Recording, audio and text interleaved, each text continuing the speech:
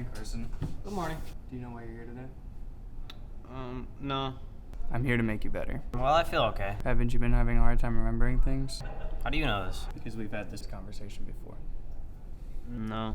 We haven't. I'm sorry you feel that way, but yes, we have. No, we haven't. I don't know who you are. Carson, please calm down. I don't want to cause you any harm. Okay. Then leave me alone. Okay, I will.